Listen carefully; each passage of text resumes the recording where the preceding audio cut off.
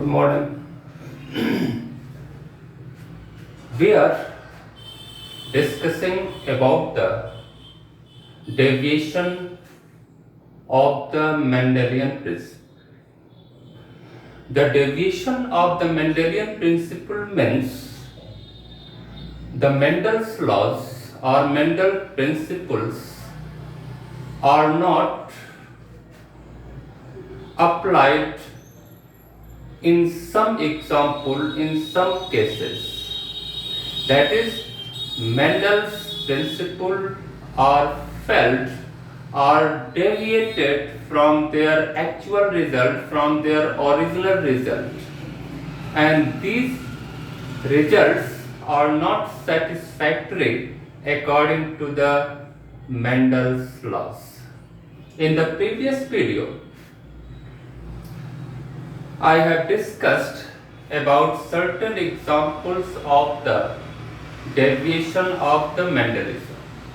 Actually, the deviation of the Mendelism is studied under the heading gene interaction.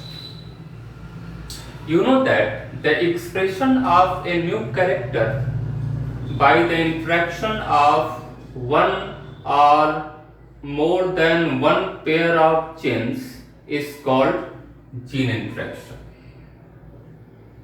Again, the expression of new character by the interaction of one pair or more than one pair of genes is called gene interaction, and the gene interaction it was explained by Bateson and Punnett, and he gave a hypothesis for the explanation of gene interaction.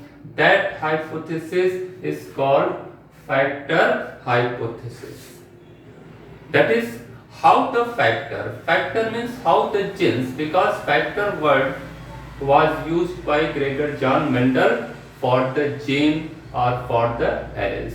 So factor hypothesis explains the gene interaction, and you know that the genes either located on the same locus of the homologous chromosome or on the different locus of the homologous chromosome or non-homologous chromosome. Okay, so gene interaction or is the heading in which we study about the deviations from the Mendelism, where Mendel's principles are partially felt to explain their original result. So gene interaction is of two types: allelic gene interaction and non-allelic gene interaction. Okay, allelic gene interaction means interaction of genes on the same locus. That is the interaction of two or more genes which are located on the same locus on the chromosomes, and when these genes interact with each other to produce a new character. Okay, so allelic genes का मतलब होता है the allelic genes are located on the same locus of the homologous chromosomes. Here is the capital T and capital T. This is the homologous chromosome, and capital T, the location of capital T and this capital T, the two alleles, the location of two alleles or two genes are on the same locus on the homologous chromosome. यानी दो gene यहाँ पर एक ही locus पर स्थित होते हैं.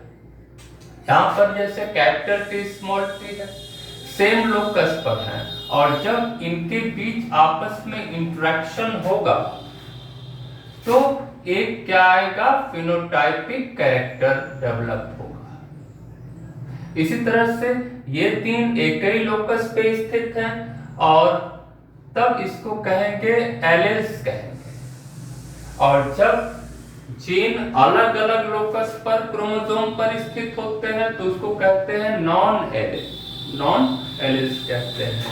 तो अगर इन दोनों एलिल्स चूंकि एक ही लोकस पर स्थित हैं और इनमें अगर इंटरेक्शन होता है तो इस एक न्यू कैरेक्टर डेवलप होता है, इसलिए इसको कहते हैं एलिक जीन इंटरेक्शन या इसको कहते हैं one gene interaction,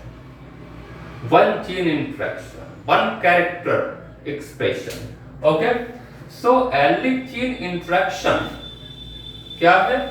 the interaction of two or more genes which are located on the same locus of the homologous chromosome, that is called allic gene interaction.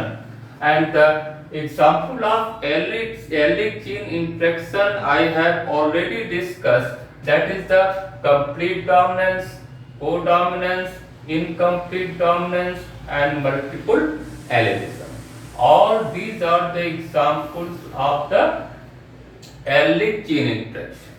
Okay, for example, in case of multiple allelism, in the previous video I have discussed that is the there are three alleles are situated on the same locus. What are the alleles? LA, LB, L0 ये एक locus पे है और दूसरा जो homologous chromosome इसका partner है उस पर भी ये एक ही लोकस पर स्थित है, LA, LB, L0।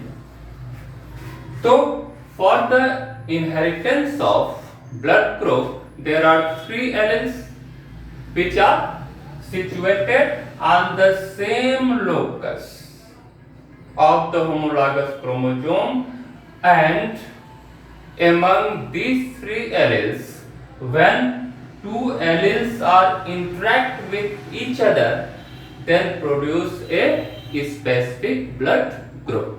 Suppose that LA interact होता तो ब्लड ग्रुप क्या हो जाएगा? A ब्लड ग्रुप हो जाएगा। क्योंकि सेम लोकस पर दोनों है इसलिए इसको कहेंगे एलिल्स कहेंगे या इसको कहेंगे एलिलिक जीन इंटरेक्शन कहेंगे। Okay, so these are the example of allelic gene interaction and I have already discussed about the allelic gene interaction. The next gene interaction which is the most important and which produces a wonderful result which are totally different from the Mendel dihybrid cross.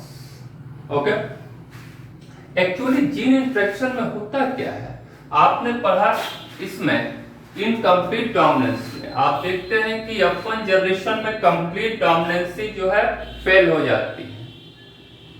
किसमें? Codominance और incomplete dominance. तो Mendel ने complete dominance की बात किया था, लेकिन codominance incomplete dominance में कंप्लीट डोमिनेंसी नहीं आती, मिक्सचर ऑफ कैरेक्टर आते हैं। तो एक तो यहां पर मेंडल का नियम फेल होता है डोमिनेंसी के सेंस में, और दूसरा F2 जनरेशन में मोनोहाइब्रिड क्रॉस के F2 जनरेशन में रिजल्ट क्या आ रहा था? 3:1। फिनोटाइपिक रेशियो क्या आ रहा था? 3:1। लेकिन इन सब केसेस में फिनोटाइपिक रेशियो जो है बदल जाता है। क्या आ रहा है? 1:2:1।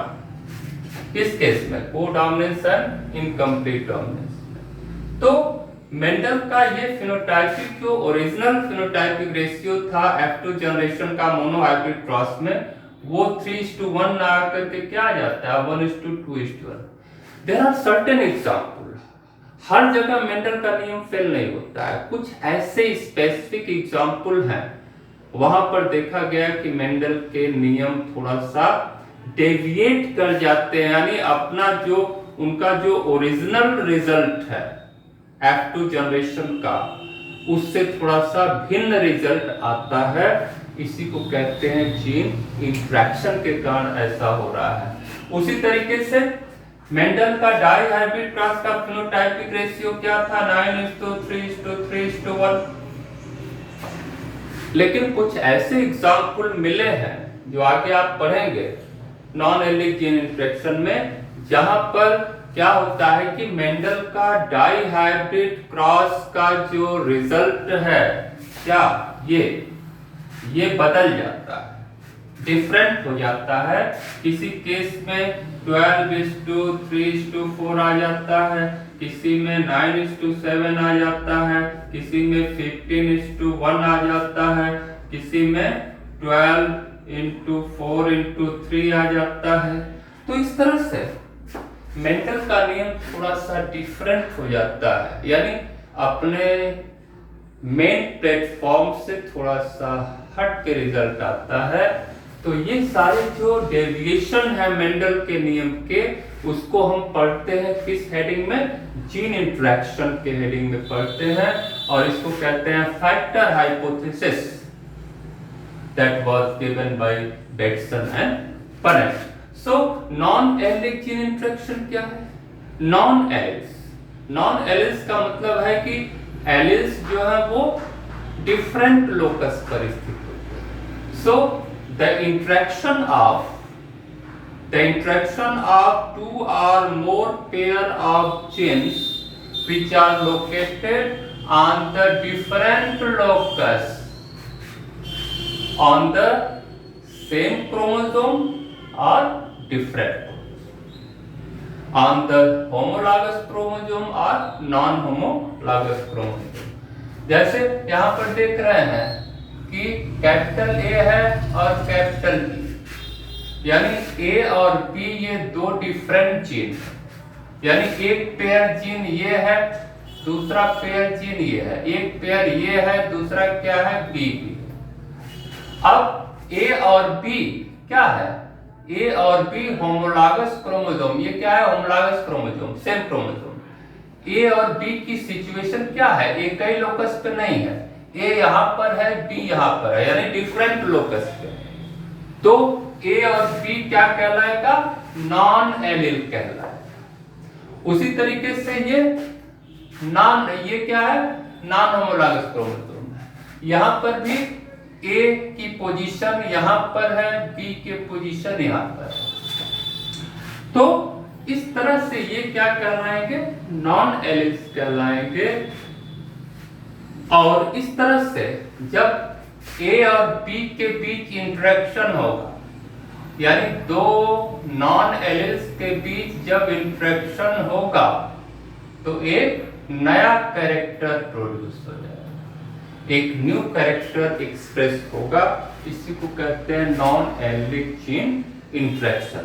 सो again we define that non allelic gene interaction, the interaction of two or more pair of genes which are located on the different locus of the same chromosome or different chromosome, that is called non-allelic gene interaction।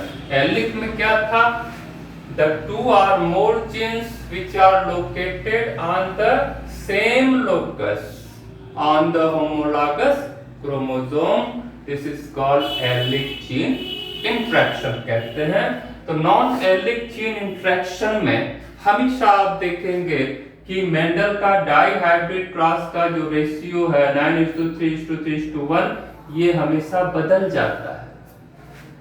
तो अब क्या कहेंगे कि Mendel का die hybrid cross का जो F2 result है वो थोड़ा सा डेविएट कर गया, थोड़ा सा डिफरेंट हो गया, यानी क्या हो गया? 12:3:4 आ गया है, 9:7 आ गया। So all this deviation which are different from Mendel's original result have been studied in the gene interaction And allelic gene interaction I have already discussed for giving the example of many cases: complete dominance, codominance, incomplete dominance and multiple allism. And non-allelic gene interaction अब हमको पढ़ाना है। And नॉन-allelic gene interaction में क्या है? लिखा गया interaction of genes located on same और डिफरेंट क्रोमोसोम। सो क्या इसमें बहुत सारे एग्जाम्पल आपको एक एक करके पढ़ने हैं। For example complementary gene interaction, supplementary gene interaction, epistasis, duplicate gene interaction, polygenic inheritance. Okay, तो सबसे पहले आपके नोट्स में क्या दिया गया है? एपिस्टैसिस दिया गया है। और एपिस्टैसिस क्या होता है, एपिस्टैटिक जीन इंट्रैक्शन कैसे आता है, कैसे ये रिजल्ट मॉडिफाई हो जाता है, इसके बारे में हम लोग पढ़ेंगे। तो नेक्स्ट वीडियो में I will discuss about the epistasis and you know that epistasis is of two type, dominant epistasis and recessive epistasis. Okay, thank you.